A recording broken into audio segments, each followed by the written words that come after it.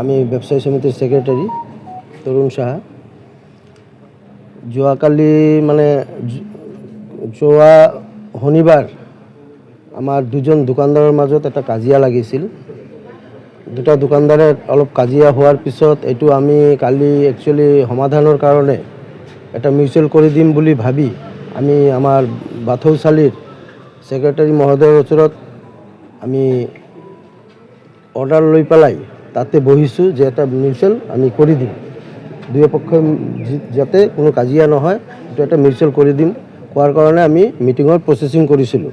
আৰু মিটিংটো ভালদৰে প্ৰচেছিঙত গৈ আছে।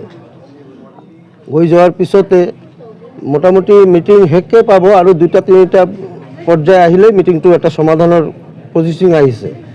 সেই সময়তে দুটা পক্ষৰ এটা পক্ষই অলপ মুখটো বেয়া কৰাৰ লগে লগে থাৰ্ড পাৰ্টি এজনে আহি তাক মাৰি দিলে। এটা ভাষা বেয়া কৈছে, থাৰ্ড পাৰ্টি এজনে আহি তাক এটা চৰ মাৰি দিলে। চৰ মাৰি দিয়াৰ লগে লগে এটা বিশৃংখলাৰ সৃষ্টি হৈ গ'ল। তাতে আমি কণ্ট্ৰল কৰিব নোৱাৰিলোঁ। তাৰপিছত আমি থানাত ফোন কৰিলোঁ। থানাৰ পৰা গৈ পেলাই যিয়ে নহওক পৰিস্থিতি অলপ কৰিছে। একচুৱেলি আমাৰ চেৰপাংগুৰি বাথৌ আফাক থানচালিত সিহঁতৰ লগত আমালোকৰ কোনো নাই। আৰু এটা মন্দিৰত যে এনেকুৱা এটা ঘটনা ঘটিছে তাৰ কাৰণে মই দুখিত আৰু মই ক্ষমা বিচাৰিছোঁ যে আমাৰ মন্দিৰত এনেকুৱা এটা ঘটনা কৰিব নালাগিছিল। একচুৱেলি আমি এইটো ফাৰ্ষ্ট টাইমত ভাবা নাছিলোঁ যে এনেকুৱা এটা পৰিস্থিতি আহিব বুলি।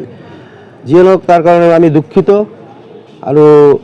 আৰু বাথৌ কমিটিৰ লগত বা বাথৌ থানচালিৰ লগত আমাৰ কোনো মনোমালিন্য নাই। সিহঁতৰ লগত ৰিলেশ্যনটো আমাৰ ভালে আছে। আমাৰ সিহঁতৰ লগতো কোনো বেয়া ৰিলেশ্যন নাই। যিটো ঘটনা কালি যোৱা ৰাতি হৈছে তাৰ কাৰণে মই দুখিত আৰু তাৰ কাৰণে মই ক্ষমা মাগিছোঁ। এতিয়া আমাৰ প্ৰেচিডেণ্ট ছাৰে কিবা ক'ব। যিবিলাক আচবাবপত্ৰ ভঙা হৈছে এইবিলাক মানে আৰু যিটো ক্ষতিপূৰণ হৈছে, চেয়াৰ টেবুল যিটো ভাঙা হৈছে, সেইটো আমি ব্যৱসায়ী সমিতিৰ পৰা আমি দুয়ো পক্ষ মিলি ক্ষতিপূৰণবিলাক আমি দিম। এইটো আমি স্বীকাৰ কৰিছোঁ। যিটো ডেমেজ হৈছে আৰু কি, এইটো আমি ক্ষতিপূৰণ দিম।